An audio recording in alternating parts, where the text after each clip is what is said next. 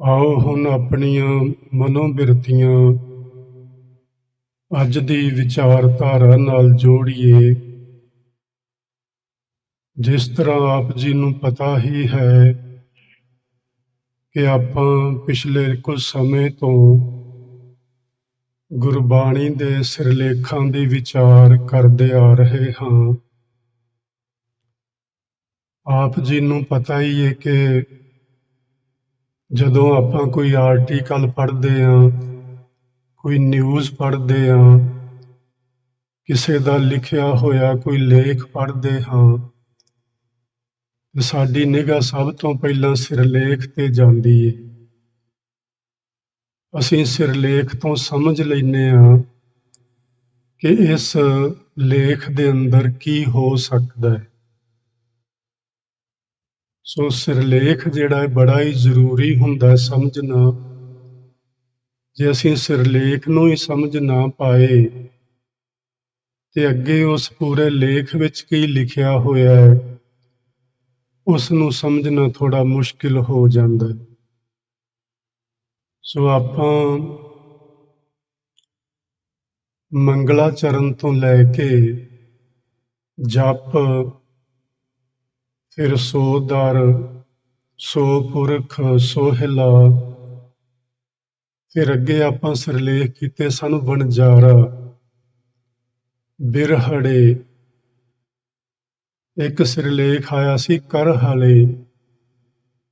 ਇਹਨਾਂ ਸਾਰਿਆਂ ਸਿਰਲੇਖਾਂ ਨੂੰ ਆਪਾਂ ਲੜੀਵਾਰ ਸਮਝਦੇ ਆ ਰਹੇ ਹਾਂ ਕਿ ਇਹਨਾਂ ਦੇ ਮਤਲਬ ਕੀ ਨੇ, ਤੇ ਫਿਰ ਆਪਾਂ ਇਹ ਸਹਿਜੇ ਸਮਝ ਜਾਂਦੇ ਹਾਂ ਕਿ ਜਿਸ ਬਾਣੀ ਦਾ ਇਹ ਸਿਰਲੇਖ ਹੈ ਉਸ ਬਾਣੀ ਵਿੱਚ ਕੀ ਹੋ ਸਕਦਾ ਹੈ।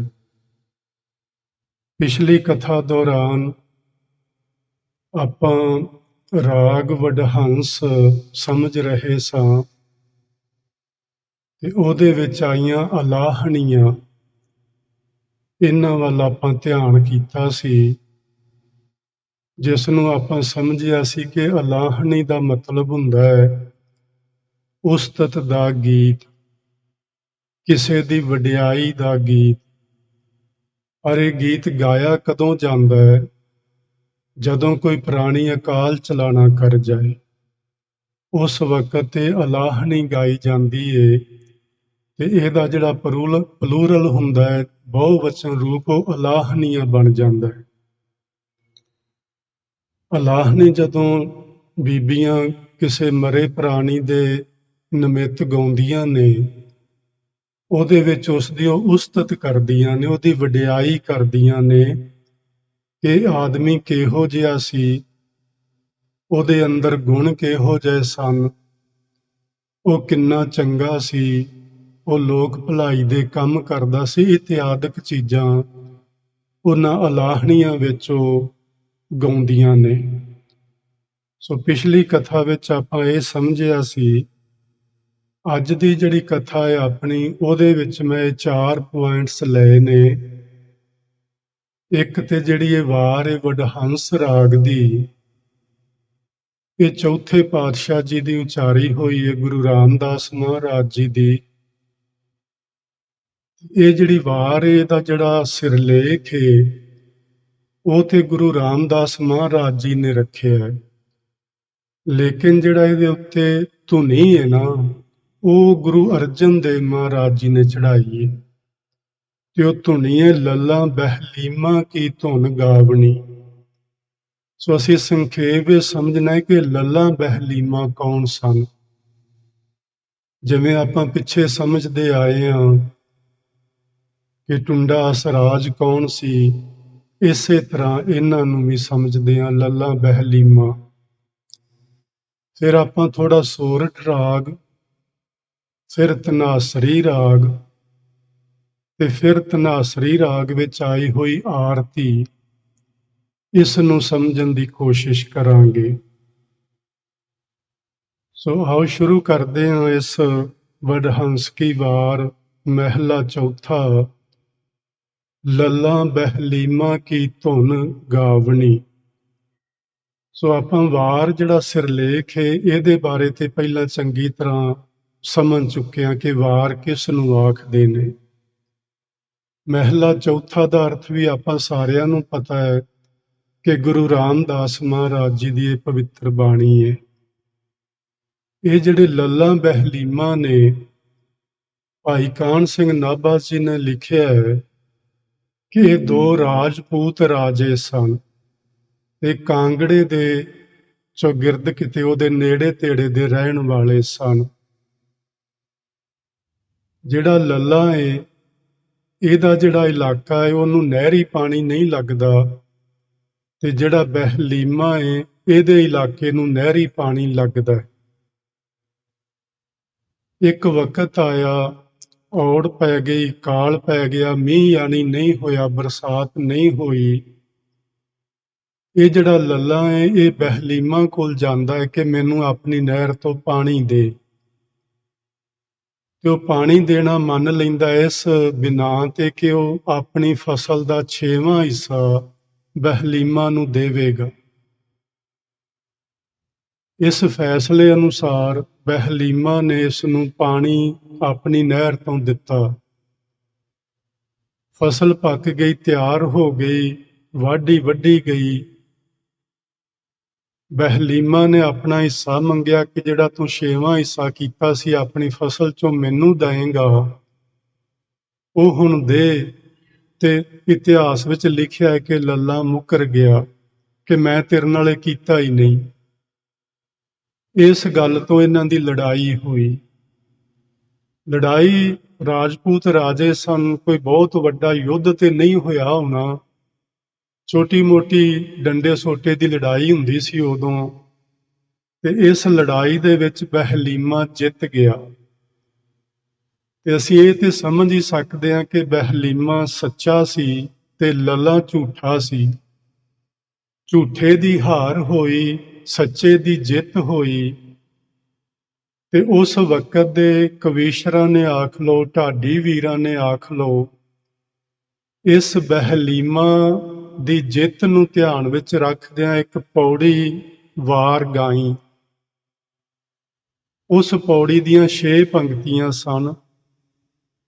ਗੁਰੂ ਅਰਜਨ ਦੇਵ ਮਹਾਰਾਜ ਜੀ ਨੇ ਉਸ ਦੀ ਸਚਾਈ ਨੂੰ ਵੇਖ ਕੇ ਤੇ ਉਸ ਦੀ ਜਿੱਤ ਨੂੰ ਵੇਖ ਕੇ ਜਿਹੜੀ ਇਹ ਪੌੜੀ ਢਾਡੀ ਵੀਰਾਂ ਨੇ ਗਾਈ, ਗੁਰੂ ਸਾਹਿਬ ਨੇ ਆਖਿਆ ਕਿ ਜਿਹੜੀ ਇਹ ਚੌਥੇ ਪਾਤਸ਼ਾਹ ਜੀ ਦੀ ਵਾਰ ਏ ਵਡਹੰਸ ਕੀ, ਇਸ ਵਾਰ ਦੀਆਂ ਜਿਹੜੀਆਂ ਪੌੜੀਆਂ ਨੇ ਇਹ ਯਾਦ ਰਹੇ ਕਿ ਪਹਿਲਾਂ ਵਾਰਾਂ ਵਿੱਚ ਸ਼ਲੋਕ ਨਹੀਂ ਸਨ ਹੁੰਦੇ, ਵਾਰਾਂ ਕੇਵਲ ਪੌੜੀਆਂ ਹੀ ਹੁੰਦੀਆਂ ਸਨ।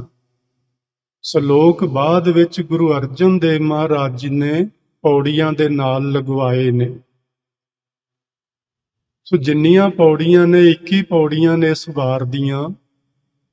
ਗੁਰੂ ਪੰਜਵੇਂ ਪਾਤਸ਼ਾਹ ਨੇ ਹਦਾਇਤ ਕੀਤੀ ਗਾਉਣ ਵਾਲਿਆਂ ਨੂੰ ਕਿ ਤੁਸੀਂ ਜਦੋਂ ਵੀ ਇਸ ਵਾਰ ਨੂੰ ਗਾਓ, ਉਹ ਜਿਹੜੀ ਪੌੜੀ ਹੈ ਲੱਲਾ ਬਹਿਲੀਮਾ ਵਾਲੀ, ਉਹ ਪੌੜੀ ਭਾਈ ਕਾਹਨ ਸਿੰਘ ਨਾਭਾ ਨੇ ਲਿਖੀ ਹੋਈ ਹੈ। ਜੇ ਤੁਸੀਂ ਕਿਸੇ ਨੇ ਪੜ੍ਹਨੀ ਹੋਵੇ ਤੇ ਤੁਸੀਂ ਧੁਨੀ ਤੇ ਸਰਚ ਕਰਨਾ।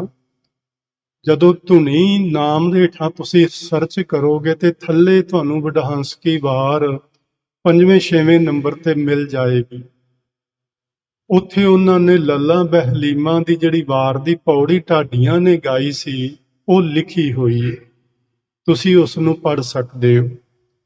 ਸੋ ਉਸ ਧੁਨੀ ਉੱਤੇ ਇਸ ਵਾਰ ਨੂੰ ਗਾਇਨ ਦਾ ਆਦੇਸ਼ ਗੁਰੂ ਅਰਜਨ ਦੇਵ ਮਹਾਰਾਜ ਜੀ ਨੇ ਕੀਤਾ ਸੀ। ਸੋ ਇਹ ਸੀ ਸੰਖੇਪ ਜੀ ਵਿਚਾਰ ਜਿਹੜੀ ਲੱਲਾ ਤੇ ਬਹਿਲੀਮਾ ਵਾਲੀ ਏ। ਇਸ ਵਾਰ ਦੇ ਵਿੱਚ ਹੈ ਕੀ ਏ? ਦੋ ਚੀਜ਼ਾਂ ਮੁੱਖ ਰੂਪ ਵਿੱਚ ਵਾਰਾਂ ਵਿੱਚ ਹੁੰਦੀਆਂ ਨੇ। ਇੱਕ ਪਾਸੇ ਗੁਰਮੁਖ, ਇੱਕ ਪਾਸੇ ਮਨਮੁਖ, ਇੱਕ ਪਾਸੇ ਪਰਮਾਤਮਾ, ਦੂਜੇ ਪਾਸੇ ਉਹਦੀ ਕਿਰਤ ਤੇ ਸਾਰੀ ਸ੍ਰਿਸ਼ਟੀ। ਇਹਨਾਂ ਦੋਹਾਂ ਚੀਜ਼ਾਂ ਦਾ ਮੁਕਾਬਲਾ ਕੀਤਾ ਜਾਂਦਾ। ਜਿਵੇਂ ਲੜਾਈ ਵਿੱਚ, ਯੁੱਧ ਵਿੱਚ, ਮੈਦਾਨ ਵਿੱਚ ਦੋ ਧਿਰਾਂ ਦਾ ਮੁਕਾਬਲਾ ਹੁੰਦਾ ਹੈ, ਇਸੇ ਤਰ੍ਹਾਂ ਵਾਰਾਂ ਦੇ ਵਿੱਚ ਗੁਰੂ ਸਾਹਿਬ ਨੇ ਦੋ ਧਿਰਾਂ ਦਾ ਮੁਕਾਬਲਾ ਹੀ ਕਰਵਾਇਆ ਹੁੰਦਾ। ਜਿਵੇਂ ਮੈਂ ਦੱਸਿਆ, ਇੱਕ ਪਾਸੇ ਮਨਮੁਖ ਲਏ ਹੁੰਦੇ ਨੇ, ਇੱਕ ਪਾਸੇ ਗੁਰਮੁਖ ਲਏ ਹੁੰਦੇ ਨੇ। ਉਹਨਾਂ ਬਾਰੇ ਦੱਸਿਆ ਹੁੰਦਾ ਹੈ ਕਿ ਜਿਹੜੇ ਬੰਦੇ ਮਨਮੁਖਤਾ ਵਾਲਾ ਜੀਵਨ ਜਿਉਂਦੇ ਨੇ ਉਹਨਾਂ ਦਾ ਹਸ਼ਰ ਕੀ ਹੁੰਦਾ, ਉਹਨਾਂ ਨੂੰ ਕਿਵੇਂ ਦੀਆਂ ਸਜ਼ਾਵਾਂ ਮਿਲਦੀਆਂ ਨੇ, ਇਸ ਜ਼ਿੰਦਗੀ ਵਿੱਚ ਉਹ ਕਿਵੇਂ ਦੁਖੀ ਹੁੰਦੇ ਨੇ, ਕਿਵੇਂ ਉਹ ਪਰੇਸ਼ਾਨੀ ਤੇ ਚਿੰਤਾ ਵਿੱਚ ਆਪਣਾ ਜੀਵਨ ਜਿਉਂਦੇ ਨੇ। ਜਿਹੜੇ ਗੁਰਮੁਖ ਹੁੰਦੇ ਨੇ ਉਹਨਾਂ ਬਾਰੇ ਦੱਸਿਆ ਜਾਂਦਾ ਹੈ ਕਿ ਉਹ ਕਿਸ ਤਰ੍ਹਾਂ ਆਪਣੀ ਜ਼ਿੰਦਗੀ ਨੂੰ ਜਿਉਂਦੇ ਹੋਏ ਰੱਬ ਜੀ ਨਾਲ ਜੁੜੇ ਰਹਿੰਦੇ ਨੇ, ਤੇ ਰੱਬ ਜੀ ਦੇ ਨਾਲ ਜਦੋਂ ਉਹ ਜੁੜਦੇ ਨੇ ਉਹਨਾਂ ਨੂੰ ਕਿਵੇਂ ਸੁੱਖ ਮਿਲਦਾ ਹੈ, ਮਨ ਦੀ ਸ਼ਾਂਤੀ ਮਿਲਦੀ ਏ। ਫਿਰ ਇਹਦੇ ਨਾਲ ਨਾਲ ਉਹ ਆਪਣੇ ਜੀਵਨ ਨੂੰ ਸਫਲ ਬਣਾ ਜਾਂਦੇ ਨੇ, ਤੇ ਸਫਲ ਹੋਣ ਦਾ ਮਤਲਬ ਹੁੰਦਾ ਹੈ ਜਿੱਤ ਕੇ ਜਾਣਾ। ਗੁਰਮੁਖ ਹਾਰ ਚੱਲੇ ਜਗ ਜੀਤਾ, ਉਹ ਸੰਸਾਰ ਨੂੰ ਜਿੱਤ ਕੇ, ਯਾਨੀ ਮਨ ਆਪਣੇ ਨੂੰ ਜਿੱਤ ਲਿਆ, ਜਿੰਨੇ ਉਹਨੇ ਸੰਸਾਰ ਨੂੰ ਜਿੱਤ ਲਿਆ, ਮਨ ਜੀਤਾ, ਜਗ ਜੀਤ ਵਾਲੀ ਜਿਹੜੀ ਅਵਸਥਾ ਉਹਨਾਂ ਦੀ ਬਣ ਜਾਂਦੀ ਹੈ। ਉਹ ਸੰਸਾਰ ਨੂੰ ਇਸ ਤਰ੍ਹਾਂ ਉਹ ਜਿੱਤ ਕੇ ਚਲੇ ਜਾਂਦੇ ਨੇ, ਤੇ ਉਹਨਾਂ ਦੀ ਜਿੱਤ ਇਹਨਾਂ ਵਾਰਾਂ ਵਿੱਚ ਦਿਖਾਈ ਹੁੰਦੀ ਹੈ। ਸੋ ਇਹਦੇ ਵਿੱਚ ਜਿਹੜੀ ਪਹਿਲੀ ਪੌੜੀ ਹੈ ਨਾ, ਇਸ ਵਾਰ ਦੀ, ਵਡਹੰਸ ਕੀ ਵਾਰ ਦੀ ਪਹਿਲੀ ਪੌੜੀ ਦੀਆਂ 2 ਪੰਕਤੀਆਂ ਨੇ ਉਤਲੀਆਂ। ਤੂੰ ਆਪੇ ਹੀ ਆਪ ਆਪ ਹੈ, ਆਪ ਕਾਰਨ ਕੀਆ। ਤੂੰ ਆਪੇ ਆਪ ਨਿਰੰਕਾਰ ਹੈ, ਕੋ ਅਵਰ ਨਾ ਬੀਆ। ਇੱਕ ਪਾਸੇ ਤੇ ਇਹ ਗੱਲ ਦੱਸੀ ਗਈ ਹੈ ਕਿ ਪਰਮਾਤਮਾ ਆਪ ਹੀ ਆਪ ਹੈ, ਉਹਦੇ ਜਿਹਾ ਕੋਈ ਹੋਰ ਨਹੀਂ। ਇਸ ਸ੍ਰਿਸ਼ਟੀ ਦੀ ਸਿਰਜਣਾ ਦਾ ਜਿਹੜਾ ਕਾਰਨ ਹੈ ਉਹ ਵੀ ਉਹਨੇ ਆਪ ਹੀ ਬਣਾਇਆ, ਤੇ ਇਸ ਕਾਰਨ ਨੂੰ ਕਰਕੇ, ਯਾਨੀ ਇਸ ਕਾਰਜ ਨੂੰ ਕਰਕੇ, ਸ੍ਰਿਸ਼ਟੀ ਬਣਾਉਣ ਵਾਲੇ ਕਾਰਜ ਨੂੰ ਕਰਕੇ ਉਹ ਨਿਰਾਕਾਰ ਸਵਰੂਪ ਵਿੱਚ ਇਹਦੇ ਵਿੱਚ ਹੀ ਸਮਾਇਆ ਹੋਇਆ, ਯਾਨੀ ਜਿਹਦਾ ਕੋਈ ਸਵਰੂਪ ਇਹਨਾਂ ਅੱਖਾਂ ਨਾਲ ਵੇਖਿਆ ਨਹੀਂ ਜਾ ਸਕਦਾ, ਉਸ ਨੂੰ ਨਿਰਾਕਾਰ ਆਖਦੇ ਨੇ, ਜਿਸ ਨੂੰ ਨਿਰੰਕਾਰ ਗੁਰੂ ਜੀ ਨੇ ਲਿਖਿਆ। ਉਹ ਪਰਮਾਤਮਾ ਨਿਰਾਕਾਰ ਰੂਪ ਵਿੱਚ ਇਸ ਪੂਰੇ ਬ੍ਰਹਿਮੰਡਾਂ ਦੇ ਵਿੱਚ ਸਮਾਇਆ ਹੋਇਆ ਲੀਨ ਹੈ, ਉਹਦੇ ਵਰਗਾ ਕੋਈ ਹੋਰ ਨਹੀਂ। ਸੋ ਇੱਕ ਪਾਸੇ ਉਸ ਪਰਮਾਤਮਾ ਦੀ ਗੱਲ ਕੀਤੀ ਹੈ, ਦੂਸਰੇ ਪਾਸੇ ਗੁਰੂ ਦੀ ਗੱਲ ਕੀਤੀ ਹੈ ਕਿ ਅਸੀਂ ਆਪਣੇ ਜੀਵਨ ਨੂੰ ਜੇ ਜਿੱਤਣਾ ਹੈ, ਤੇ ਜੀਵਨ ਜਿੱਤ ਕੇ ਅਸੀਂ ਪਰਮਾਤਮਾ ਵਿੱਚ ਅਭੇਦ ਹੋਣਾ ਹੈ, ਉਹਦੇ ਲਈ ਸਾਨੂੰ ਗੁਰੂ ਦੀ ਲੋੜ ਹੈ। ਸਾਨੂੰ ਸਾਡੇ ਜੀਵਨ ਵਿੱਚ ਗੁਰੂ ਚਾਹੀਦਾ। ਜੇ ਗੁਰੂ ਨਹੀਂ ਸਾਡੇ ਜੀਵਨ ਵਿੱਚ ਆਇਆ, ਅਸੀਂ ਹੋਰ ਬਥੇਰੀਆਂ ਮੱਲਾਂ ਮਾਰ ਸਕਦੇ ਹਾਂ, ਪਰ ਰੱਬ ਨਾਲ ਜੁੜਨ ਵਾਲੀ ਗੱਲ ਤੇ ਜੀਵਨ ਦੀ ਬਾਜੀ ਨੂੰ ਜਿੱਤ ਕੇ ਜਾਣ ਵਾਲੀ ਗੱਲ ਉਹ ਪੂਰੀ ਨਹੀਂ ਹੋ ਪਾਏਗੀ। ਉਸ ਨੂੰ ਪੂਰੀਆਂ ਕਰਨ ਲਈ ਸਾਨੂੰ ਗੁਰੂ ਦੀ ਲੋੜ ਹੈ। ਤੇ ਇਸ ਵਾਰ ਦੀ ਜਿਹੜੀ 21ਵੀਂ ਪੌੜੀ ਹੈ ਨਾ, ਅਖੀਰਲੀ ਪੌੜੀ, ਉਹਦੀਆਂ ਅਖੀਰਲੀਆਂ ਇੱਕ ਪੰਕਤੀ ਹੈ ਤੁਹਾਡੇ ਸਾਹਮਣੇ, ਜਿਸ ਵਿੱਚ ਗੁਰੂ ਜੀ ਨੇ ਆਖਿਆ ਕਿ ਗੁਰੂ ਸਾਨੂੰ ਕੀ ਸਿਖਾਉਂਦਾ ਹੈ ਕਿ ਕਿਵੇਂ ਤੁਸੀਂ ਆਪਣੇ ਜੀਵਨ ਨੂੰ ਜਿੱਤ ਸਕਦੇ ਹੋ। ਗੁਰੂ ਇਹ ਗੱਲ ਸਿਖਾਉਂਦਾ, ਉੱਠਦਿਆਂ ਬਹਿੰਦਿਆਂ ਸੁੱਤਿਆਂ ਸਦਾ ਸਦਾ ਹਰ ਨਾਮ ਧਿਆਈਐ। ਇਹ ਗੱਲ ਸਾਨੂੰ ਗੁਰੂ ਸਿਖਾਉਂਦਾ ਕਿ ਭਾਈ ਜੇ ਤੁਸੀਂ ਆਪਣੇ ਜੀਵਨ ਨੂੰ ਜਿੱਤਣਾ ਚਾਹੁੰਦੇ ਹੋ, ਤੇ ਫਿਰ ਉੱਠਦਿਆਂ ਬਹਿੰਦਿਆਂ, ਆਪਾਂ ਵੈਸੇ ਬਹੁਤ ਵਾਰੀ ਗੱਲ ਕਰਦੇ ਰਹਿੰਦੇ ਹਾਂ ਵੀ ਨਾਮ ਕਿਵੇਂ ਜਪਣਾ ਹੈ। ਤੁਸੀਂ ਜਦੋਂ ਬੈਠੇ ਹੋ ਉਦੋਂ ਵੀ ਤੁਹਾਡਾ ਮਨ ਵਾਹਿਗੁਰੂ ਨਾਲ ਜੁੜਨਾ ਚਾਹੀਦਾ। ਜਦੋਂ ਤੁਸੀਂ ਇੱਥੇ ਬੈਠੇ ਬੈਠੇ ਉੱਠੋਗੇ, ਉਦੋਂ ਸਾਡੇ ਮਨ 'ਚ ਇਹ ਨਾ ਹੋਵੇ ਕਿ ਮੈਂ ਫਲਾਣੀ ਥਾਂ ਤੇ ਜਾਣਾ, ਮੈਂ ਉਹ ਕੰਮ ਕਰਨਾ, ਮੈਂ ਆਹ ਕਰਨਾ, ਉਹ ਤੇ ਮੇਰਾ ਰਹਿ ਹੀ ਗਿਆ। ਇਸ ਤਰ੍ਹਾਂ ਨਾ ਹੋਵੇ। ਉੱਠਣ ਲੱਗਿਆਂ ਵੀ ਵਾਹਿਗੁਰੂ ਜੀ ਦਾ ਸਾਨੂੰ ਚੇਤਾ ਬਣੇ। ਸੋ ਜਦੋਂ ਅਸੀਂ ਇਸ ਤਰ੍ਹਾਂ ਵਾਹਿਗੁਰੂ ਜੀ ਦਾ ਚੇਤਾ ਬਣਾਈ ਰੱਖਾਂਗੇ, ਫਿਰ ਇੱਕ ਵਕਤ ਆਏਗਾ ਉਸ ਦਾ ਚੇਤਾ ਸਾਨੂੰ ਸੁੱਤਿਆਂ ਵੀ ਬਣਿਆ ਰਹਿਣ ਲੱਗ ਪਵੇਗਾ। ਉੱਠਦਿਆਂ ਬਹਿੰਦਿਆਂ ਸੁੱਤਿਆਂ, ਤੁਸੀਂ ਪੁੱਛੋਗੇ ਵੀ ਉੱਠਦਿਆਂ ਬਹਿੰਦਿਆਂ ਤੇ ਵਾਹਿਗੁਰੂ ਆਖਿਆ ਜਾ ਸਕਦਾ ਹੈ, ਪਰ ਸੁੱਤਿਆਂ ਕਿਵੇਂ ਆਖਿਆ ਜਾ ਸਕਦਾ? ਸੁੱਤਿਆਂ ਵੀ ਆਖਿਆ ਜਾ ਸਕਦਾ, ਇਹਦੇ 'ਚ ਕੋਈ ਸ਼ੱਕ ਨਹੀਂ।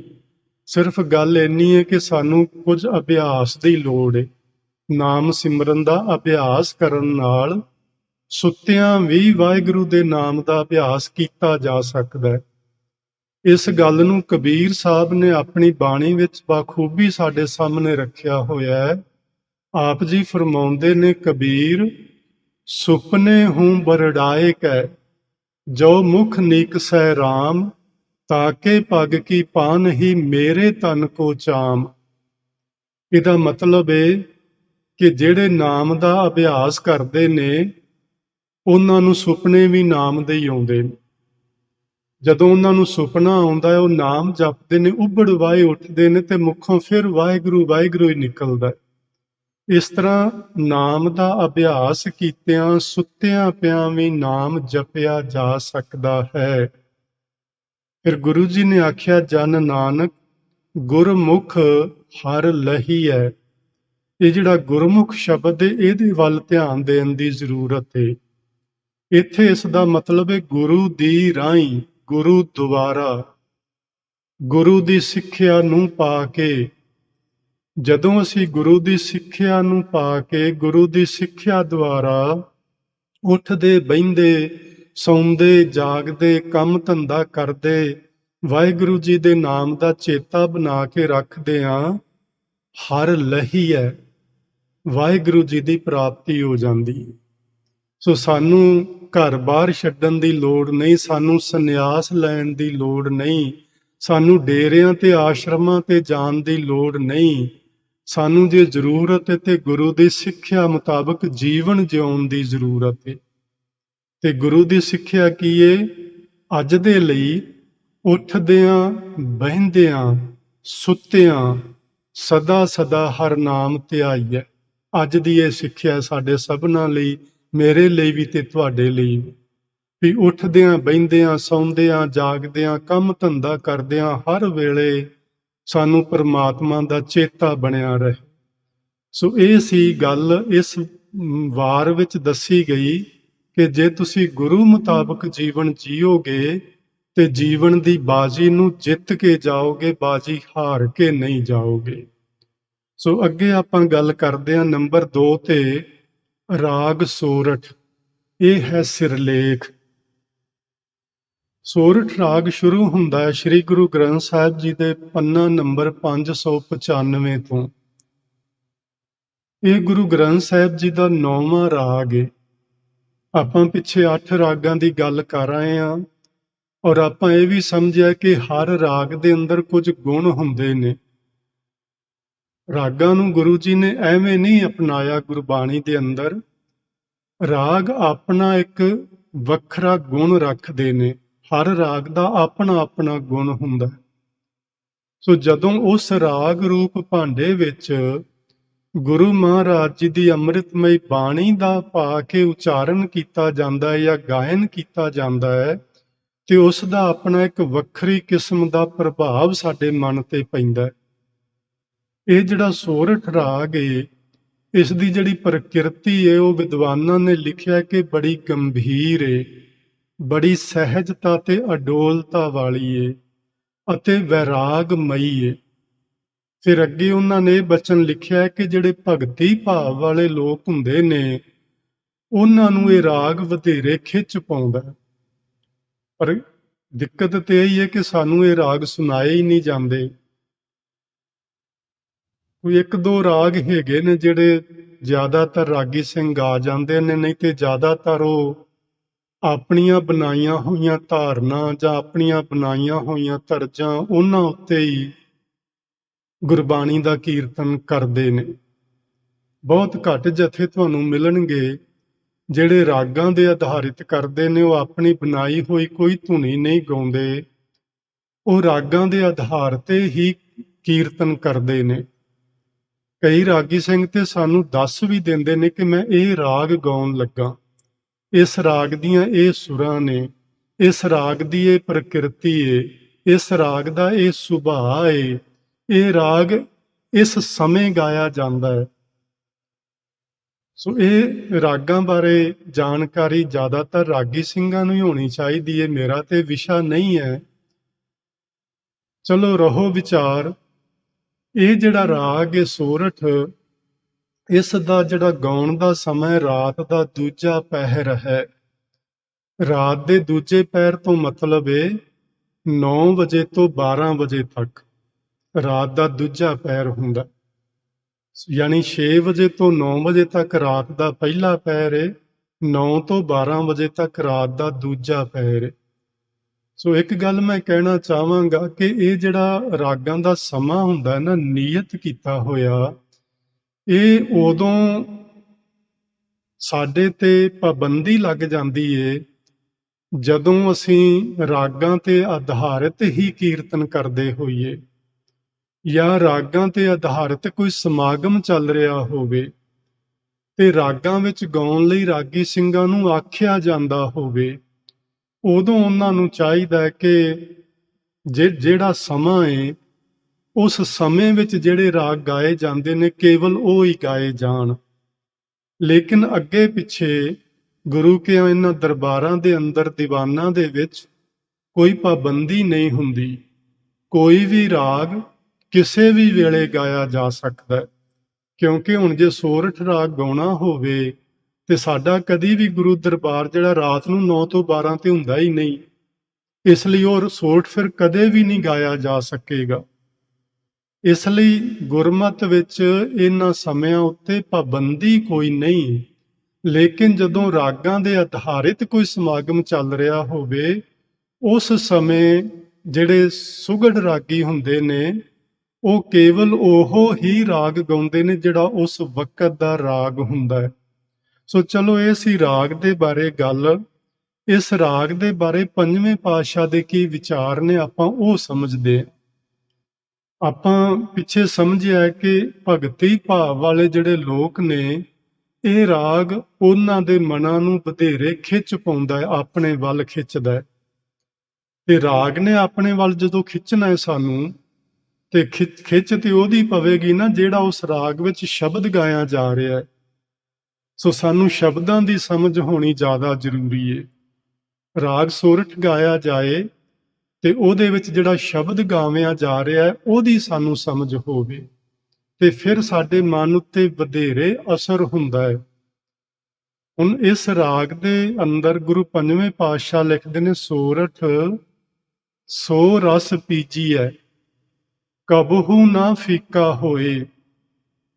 ਇਸ ਸੋਰਠ ਰਾਗ ਦੀ ਰਾਹੀਂ ਸਾਨੂੰ ਉਹ ਰਸ ਪੀਣਾ ਚਾਹੀਦਾ ਹੈ ਜਿਹੜਾ ਰਸ ਕਦੀ ਫਿੱਕਾ ਨਹੀਂ ਹੁੰਦਾ, ਜਿਹੜਾ ਰਸ ਕਦੀ ਬੇਸੁਆਦਾ ਨਹੀਂ ਹੁੰਦਾ, ਜਿਹੜਾ ਰਸ ਕਦੀ ਆਪਣੀ ਪ੍ਰਕਿਰਤੀ ਨਹੀਂ ਬਦਲਦਾ, ਉਸ ਰਸ ਨੂੰ ਪੀਣਾ ਚਾਹੀਦਾ ਹੈ। ਨਾਨਕ RAM ਨਾਮ ਗੁਣ ਗਾਈਐ ਹੈ, ਦਰਗਾ ਨਿਰਮਲ ਸੋਏ।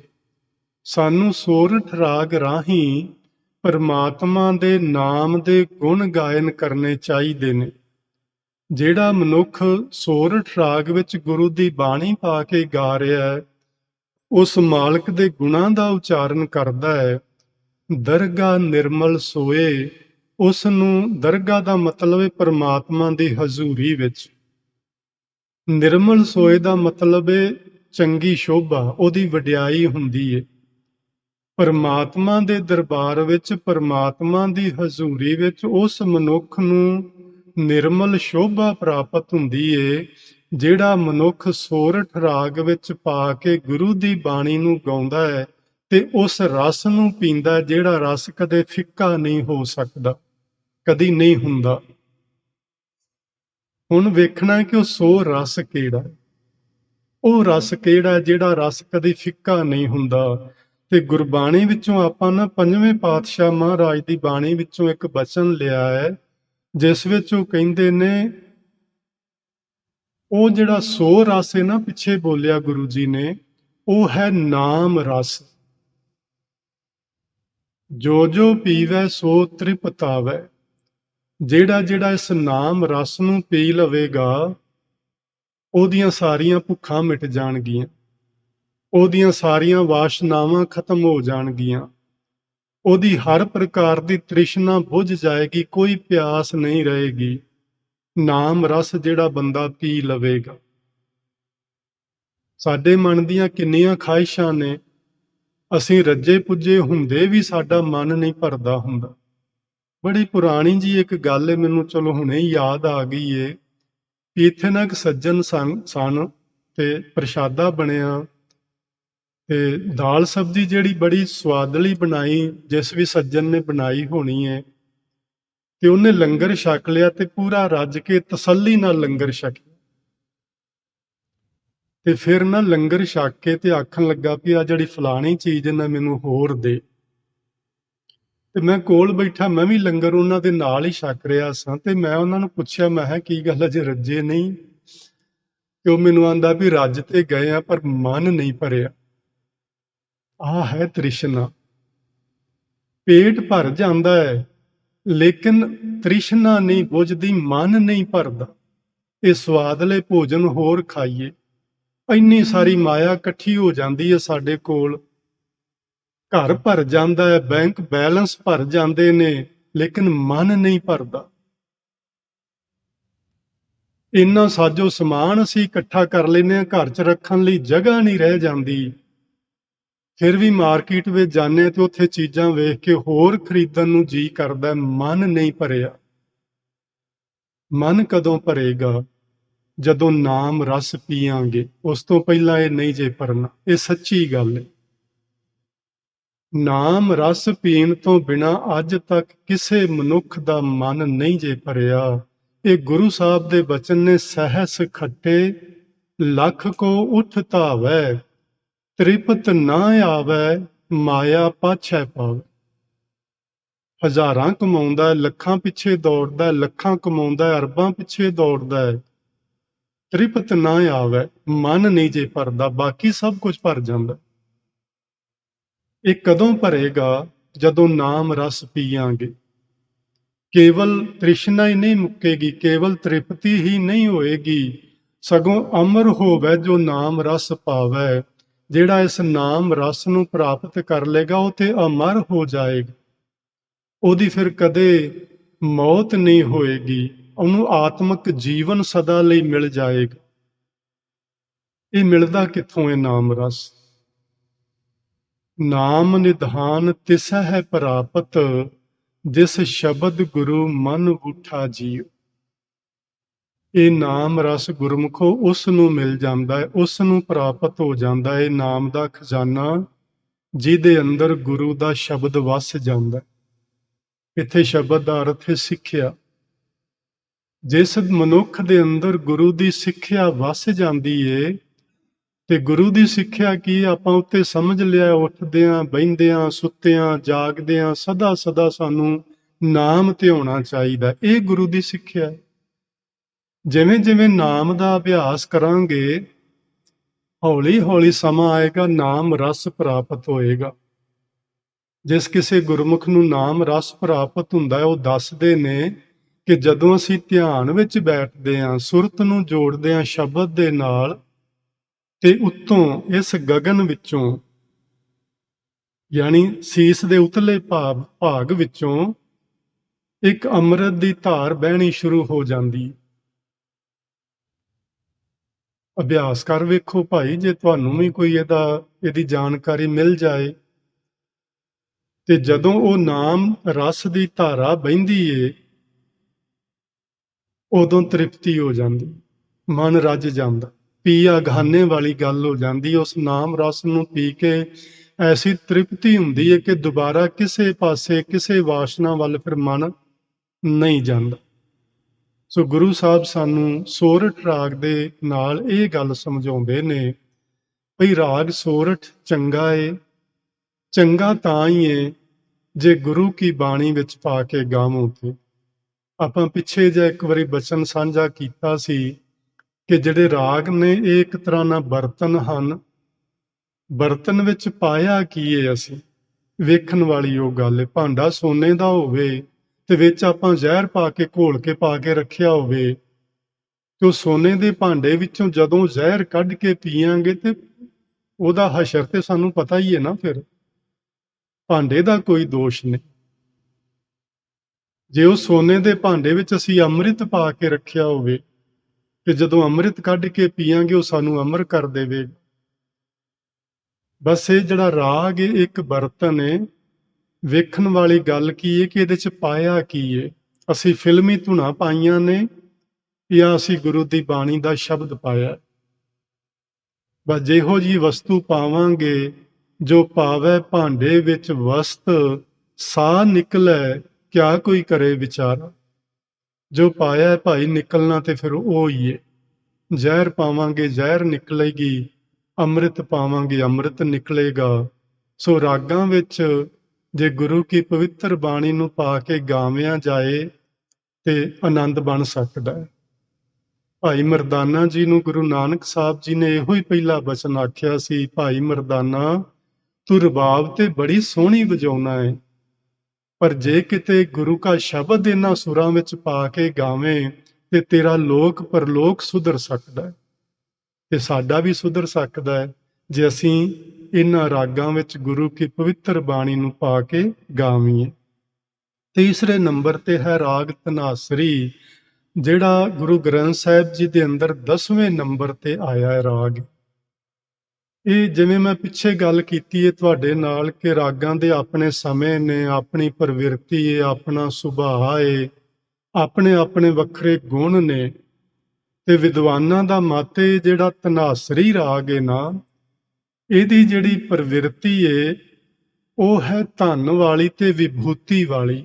ਵਿਭੂਤੀ ਦਾ ਮਤਲਬ ਵੀ ਧਨ ਸੰਪਦਾ ਹੀ ਹੁੰਦਾ ਹੈ, ਐਸ਼ਵਰਜ ਹੁੰਦਾ ਹੈ, ਸੰਸਾਰ ਵਿੱਚ ਮਾਨ ਵਡਿਆਈ ਮਿਲਣਾ ਹੁੰਦਾ ਹੈ। ਸੋ ਜਿਹੜੇ ਧਨਾਸਰੀ ਰਾਗ ਦੇ ਗੁਣ ਨੇ, ਜਿਹੜੇ ਲੋਕ ਧਨਾਸਰੀ ਰਾਗ ਦਾ ਅਭਿਆਸ ਕਰਦੇ ਨੇ ਤੇ ਗੁਰੂ ਕੀ ਬਾਣੀ ਵਿੱਚ ਪਾ ਕੇ ਗਾਉਂਦੇ ਨੇ, ਉਹਨਾਂ ਨੂੰ ਸੰਸਾਰ ਵਿੱਚ ਮਾਨ ਵਡਿਆਈ ਮਿਲਦੀ ਏ। ਉਹਨਾਂ ਦੇ ਕੋਲ ਧਨ ਸੰਪਦਾ ਦੀ ਕੋਈ ਥੋੜ ਨਹੀਂ ਰਹਿ ਜਾਂਦੀ। ਇਹ ਗੁਰੂ ਜੀ ਦਾ ਮੰਨਣਾ ਹੈ, ਮੈਂ ਤੁਹਾਨੂੰ ਅੱਗੇ ਇਹਦਾ ਪ੍ਰਮਾਣ ਦੇਣਾ ਚਾਹਾਂਗਾ, ਮੈਂ ਆਪਣੇ ਕੋਲੋਂ ਨਹੀਂ ਆਖਿਆ। ਗੁਰੂ ਸਾਹਿਬ ਨੇ ਜਾਂ ਵਿਦਵਾਨ ਲੋਕਾਂ ਨੇ ਇਸ ਰਾਗ ਦਾ ਜਿਹੜਾ ਸਮਾਂ ਹੈ ਉਹ ਦਿਨ ਦਾ ਤੀਜਾ ਪਹਿਰ ਨਿਯਤ ਕੀਤਾ ਹੋਇਆ। ਦਿਨ ਦਾ ਤੀਜਾ ਪਹਿਰ ਸਵੇਰੇ ਇੱਕ ਪਹਿਰ ਜਿਹੜਾ ਪਹਿਲਾ ਹੁੰਦਾ 6 ਤੋਂ 9 ਵਜੇ ਤੱਕ, 9 ਤੋਂ 12 ਤੱਕ ਦੂਜਾ, ਤੇ 12 ਤੋਂ 3 ਵਜੇ ਤੱਕ ਤੀਜਾ ਪਹਿਰ ਹੁੰਦਾ ਦਿਨ ਦਾ। ਸੋ ਇਹ ਹੈ ਧਨਾਸਰੀ ਰਾਗ ਗਾਉਣ ਦਾ ਸਮਾਂ। ਇਹਦਾ ਜਿਹੜਾ ਸੁਭਾਅ ਹੈ, ਉਹ ਜਿਹੜਾ ਇਹਦੀ ਪ੍ਰਵਿਰਤੀ ਹੈ ਉਹ ਹੈ ਧਨ ਤੇ ਸੰਪਦਾ ਵਾਲੀ।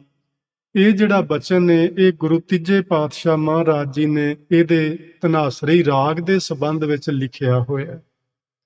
ਆਪ ਜੀ ਫਰਮਾਉਂਦੇ ਨੇ, ਧਨਾਸਰੀ ਧਨਵੰਤੀ ਜਾਣੀਐ ਭਾਈ, ਜਾਂ ਸਤਿਗੁਰ ਕੀ ਕਾਰ ਕਮਾਈ। ਇਹ ਜਿਹੜਾ ਧਨਾਸਰੀ ਵੈਸੇ ਰਾਗਣੀ ਹੈ, ਸੋਰਠ ਵੀ ਰਾਗਣੀ ਹੈ ਤੇ ਧਨਾਸਰੀ ਵੀ ਰਾਗਣੀ ਹੈ, ਲੇਕਿਨ ਗੁਰੂ ਸਾਹਿਬ ਨੇ ਉੱਤੇ ਜਿੱਥੇ ਸਿਰਲੇਖ ਲਿਖੇ ਨੇ ਉੱਥੇ ਇਹਨਾਂ ਨੂੰ ਰਾਗ ਹੀ ਲਿਖਿਆ ਹੋਇਆ। ਇਹ ਲਿਖਾਰੀ ਦੀ ਆਪਣੀ ਮੌਜ ਹੁੰਦੀ ਏ, ਉਹ ਕਿਸੇ ਚੀਜ਼ ਨੂੰ ਕਿਸ ਨਜ਼ਰੀਏ ਤੋਂ ਵੇਖਦਾ ਹੈ, ਉਹਦੀ ਆਪਣੀ ਖੁਸ਼ੀ ਹੁੰਦੀ ਹੈ। ਆਪਾਂ ਨਹੀਂ ਇਹ ਕਹਿ ਪਾਵਾਂਗੇ, ਕਿਉਂਕਿ ਕਈ ਵਾਰੀ ਨਾ ਕਈ ਸੱਜਣ ਇਸ ਤਰ੍ਹਾਂ ਦੇ ਸਵਾਲ ਪੈਦਾ ਕਰ ਦਿੰਦੇ ਨੇ ਵੀ ਜੇ ਉੱਤੇ ਰਾਗ ਲਿਖਿਆ ਤੇ ਫਿਰ ਇਹ ਰਾਗਣੀ ਕਿਵੇਂ ਆ। ਇਹ ਸਵਾਲ ਅਸੀਂ ਨਹੀਂ ਕਰ ਪਾਵਾਂਗੇ। ਇਹ ਲਿਖਾਰੀ ਦੀ ਆਪਣੀ ਮੌਜ ਹੁੰਦੀ, ਆਪਣੀ ਮਰਜ਼ੀ ਹੁੰਦੀ। ਸੋ ਇਹ ਹੈਗੀਆਂ ਤੇ ਦੋਨੋਂ ਰਾਗਣੀਆਂ ਨੇ, ਲੇਕਿਨ ਇਹਨਾਂ ਦੇ ਸਿਰਲੇਖਾਂ ਉੱਤੇ ਰਾਗ ਲਿਖਿਆ ਹੈ। ਲੇਕਿਨ ਗੁਰਬਾਣੀ ਵਿੱਚੋਂ ਇਹ ਰਾਗਣੀਆਂ ਦੇ ਪ੍ਰਤੀਕ ਵੀ ਸ਼ਬਦ ਮਿਲਦੇ ਨੇ ਕਿ ਸੋਰਠ ਤੇ ਧਨਾਸਰੀ ਦੋਵੇਂ ਰਾਗਣੀਆਂ ਹਨ। ਧਨਾਸਰੀ ਧਨਵੰਤੀ, ਇੱਕ ਸ਼ਬਦ ਹੁੰਦਾ ਹੈ ਧਨਵਾਨ ਜਾਂ ਧਨਵੰਤਾ, ਇੱਕ ਹੋ ਗਿਆ ਧਨਵੰਤੀ। ਜਿਹੜਾ ਧਨਵੰਤਾ ਹੁੰਦਾ ਹੈ ਇਹ ਮੇਲ ਲਈ ਵਰਤਿਆ ਜਾਂਦਾ ਹੈ, ਸ਼ਬਦ ਪੁਲਿੰਗ ਲਈ, ਤੇ ਜਿਹੜਾ ਧਨਵੰਤੀ ਹੈ ਇਹ ਸ਼ਬਦ ਇਸਤਰੀ ਲਿੰਗ ਲਈ ਵਰਤਿਆ ਜਾਂਦਾ। ਇੱਥੋਂ ਆਪਾਂ ਸਮਝ ਸਕਦੇ ਹਾਂ ਕਿ ਧਨਾਸਰੀ ਰਾਗਣੀ ਹੈ। ਧਨਾਸਰੀ ਧਨਵੰਤੀ ਜਾਣੀਐ ਭਾਈ, ਉਹ ਜੀਵ ਰੂਪ ਇਸਤਰੀ ਨੂੰ ਧਨਵਾਨ ਸਮਝੋ, ਜਾਣੋ, ਮੰਨੋ। ਜਿਹੜੀ ਜੀਵ ਰੂਪ ਇਸਤਰੀ ਇਸ ਧਨਾਸਰੀ ਰਾਗ ਦੀ ਰਾਹੀਂ ਗੁਰੂ ਦੀ ਅੰਮ੍ਰਿਤ ਬਾਣੀ ਦਾ ਗਾਇਨ ਕਰਦੀ ਏ, ਉਸ ਨੂੰ ਧਨਵਾਨ ਸਮਝੋ। ਧਨਵਾਨ ਉਹ ਕਦੋਂ ਬਣਦੀ ਏ? ਜਾਂ ਗੁਰ ਕੀ ਕਾਰ ਕਮਾਏ। ਇਹ ਗੱਲ ਸਮਝਣ ਵਾਲੀ ਹੈ ਕਿ ਕੇਵਲ ਗਾਉਣ ਨਾਲ ਹੀ ਅਸੀਂ ਅਮੀਰ ਨਹੀਂ ਹੋ ਜਾਣਾ। ਜਾਂ ਗੁਰ ਕੀ ਕਾਰ ਕਮਾਏ, ਜਿਹੜੀ ਕਾਰ ਗੁਰੂ ਨੇ ਦਿੱਤੀ ਏ, ਜਦੋਂ ਅਸੀਂ ਉਹ ਕਾਰ ਕਰਦੇ ਹਾਂ ਤੇ ਧਨਵਾਨ ਹੋ ਸਕਦੇ ਹਾਂ। ਧਨਵਾਨ ਦਾ ਮਤਲਬ ਇਹ ਨਹੀਂ ਕਿ ਰੁਪਈਆ ਪੈਸਾ ਬਹੁਤ ਹੋ ਜਾਏਗਾ। ਧਨਵਾਨ, ਧਨ ਹੋਰ ਵੀ ਕਈ ਚੀਜ਼ਾਂ ਨੂੰ ਆਖਦੇ ਆ, ਜਿਹੜੇ ਸ਼ੁਭ ਗੁਣ ਹੁੰਦੇ ਨੇ ਇਹ ਵੀ ਮਨੁੱਖ ਦਾ ਇੱਕ ਧਨ ਹੁੰਦੇ ਨੇ। ਤੁਹਾਡੇ ਕੋਲ ਹਰ ਇਨਸਾਨ ਕੋਲ ਆਪਣੀ ਵੱਖਰੀ ਕਿਸਮ ਦੀ ਵਿੱਦਿਆ ਹੈ। ਤੁਸੀਂ ਉਸ ਵਿੱਦਿਆ ਨੂੰ ਪਾ ਕੇ ਵੀ ਧਨਵਾਨ ਹੋ ਜਾਂਦੇ ਹੋ। ਸੋ ਸਾਡੇ ਜਿਹੜੇ ਗੁਣ ਨੇ, ਸਾਡੇ ਕੋਲ ਜਿਹੜੀ ਵਿੱਦਿਆ ਹੈ, ਸਾਡੇ ਕੋਲ ਜਿਹੜੇ ਕੋਈ ਕਰਤੱਵ ਨੇ ਅਸੀਂ ਕਰ ਸਕਦੇ ਹਾਂ ਜੋ ਸੰਸਾਰ ਦੇ ਅੰਦਰ, ਉਹਨਾਂ ਨੂੰ ਪਾ ਕੇ ਵੀ ਅਸੀਂ ਧਨਵਾਨ ਹੋ ਜਾਂਦੇ ਹਾਂ। ਕੇਵਲ ਰੁਪਈਆ ਪੈਸਾ ਹੀ ਧਨਤਾ ਦੇ ਯੋਗ ਨਹੀਂ ਬਣਾਉਂਦਾ ਸਾਨੂੰ। ਸੋ ਇੱਥੇ ਦੱਸਿਆ, ਜਾਂ ਸਤਿਗੁਰ ਕੀ ਕਾਰ ਕਮਾਏ। ਭਾਈ ਜਿਹੜੀ ਜੀਵ ਰੂਪ ਇਸਤਰੀ ਸਤਿਗੁਰੂ ਦੀ ਦੱਸੀ ਹੋਈ ਕਾਰ ਦਾ ਮਤਲਬ ਹੈ ਕੰਮ। ਜਿਹੜੀ ਜੀਵ ਰੂਪ ਇਸਤਰੀ ਸਤਿਗੁਰੂ ਜੀ ਦਾ ਦੱਸਿਆ ਹੋਇਆ ਕੰਮ ਕਰਦੀ ਏ, ਉਹ ਧਨਵਾਨ ਹੋ ਜਾਂਦੀ ਏ। ਕੰਮ ਕੀ ਕਰਨਾ ਹੈ? ਤਨ ਮਨ ਸੌਂਪੈ ਜੀ ਸੋ ਭਾਈ। ਆਪਣਾ ਤਨ, ਆਪਣਾ ਮਨ ਤੇ ਆਪਣਾ ਜੀ, ਇਹ ਸਭ ਕੁਝ ਵਾਹਿਗੁਰੂ ਜੀ ਨੂੰ, ਗੁਰੂ ਨੂੰ ਅਰਪਣ ਕਰ ਦੇਵੇ। ਤਨ ਮਨ ਧਨ ਸਭ ਸੌਂਪ ਗੁਰ ਕੋ, ਹੁਕਮ ਮੰਨਿਆ ਪਾਈਐ। ਇਹ ਗੁਰੂ ਅਮਰਦਾਸ ਮਹਾਰਾਜ ਜੀ ਦੇ ਪਵਿੱਤਰ ਬਚਨ ਨੇ। ਇੱਥੇ ਵੀ ਗੁਰੂ ਅਮਰਦਾਸ ਮਹਾਰਾਜ ਫਰਮਾਉਂਦੇ ਨੇ, ਤਨ ਮਨ ਸੌਂਪੇ ਜੀ ਸੋ ਭਾਈ। ਇਹ ਭਾਈ ਜਿਹੜੀ ਜੀਵ ਰੂਪ ਇਸਤਰੀ ਆਪਣਾ ਤਨ ਮਨ ਜੀ ਸਮੇਤ ਸਭ ਕੁਝ ਸੌਂਪ ਦਿੰਦੀ ਏ, ਸਤਿਗੁਰੂ ਦੇ ਅੱਗੇ ਅਰਪਣ ਕਰ ਦਿੰਦੀ ਏ ਤੇ ਸਤਿਗੁਰੂ ਜੀ ਦੀ ਦੱਸੀ ਹੋਈ ਕਾਰ ਕਰਦੀ ਏ। ਲਏ ਹੁਕਮ ਫਿਰਾਓ। ਫਿਰਾਓ ਦਾ ਮਤਲਬ ਹੈ ਫੇਰੇ ਲੈਣਾ। ਅਸੀਂ ਨਾ ਗੁਰਮਤਿ ਦੇ ਪੰਥ ਸਾਰੇ ਹੀ ਜਾਣਦੇ ਹਾਂ, ਸਿੱਖ ਭਾਈਚਾਰਾ ਸਾਰਾ ਹੀ ਜਾਣਦਾ ਵੀ ਆਪਾਂ ਜਦੋਂ ਬੱਚਿਆਂ ਦਾ ਵਿਆਹ ਕਰਦੇ ਹਾਂ ਤੇ ਉਹਨਾਂ ਦੇ ਗੁਰੂ ਗ੍ਰੰਥ ਸਾਹਿਬ ਜੀ ਦੇ ਦੁਆਲੇ ਫੇਰੇ ਹੁੰਦੇ ਨੇ। ਉਹਨਾਂ ਫੇਰਿਆਂ ਦਾ ਮਤਲਬ ਕੀ ਹੁੰਦਾ ਮੈਂ ਦੱਸਦਾ ਹੁੰਨਾ। ਜਦੋਂ ਫੇਰੇ ਹੁੰਦੇ ਨੇ, ਚਲੋ ਹੁਣ ਗੱਲ ਇੱਥੇ ਗੁਰੂ ਜੀ ਨੇ ਫਿਰਾਓ ਦੀ ਕੀਤੀ ਹੈ, ਫੇਰਿਆਂ ਦੀ ਕੀਤੀ ਹੈ, ਤੇ ਮੈਂ ਕਹਿ ਦੇਣਾ, ਅਸੀਂ ਨਾ ਭਾਰਤ ਵਿੱਚ, ਇੰਡੀਆ ਵਿੱਚ ਸੁਣਦੇ ਹੁੰਦੇ ਸਾਂ, ਅੱਜ ਵੀ, ਕੋਈ ਪੁਰਾਣੀ ਗੱਲ ਨਹੀਂ। ਬਹੁਤ ਗਿਣਤੀ ਲੋਕਾਂ ਦੀ ਜਿਹੜੇ ਵਿਆਹ 'ਚ ਇਕੱਠੇ ਹੁੰਦੇ ਨਾ, ਉਹ ਕਿਸੇ ਮੈਰਿਜ ਪੈਲੇਸ ਵਿੱਚ ਬੈਠੇ ਹੁੰਦੇ ਨੇ, ਉੱਥੇ ਸ਼ਰਾਬ ਪੀਂਦੇ ਹੁੰਦੇ ਨੇ। ਹੋਰ ਉਹਨਾਂ ਕੀ ਕਰਨਾ? ਢੋਲ ਵਜਾ ਰਹੇ ਨੇ, ਸ਼ਰਾਬ ਪੀ ਰਹੇ ਨੇ, ਭੰਗੜੇ ਪਾ ਰਹੇ ਨੇ।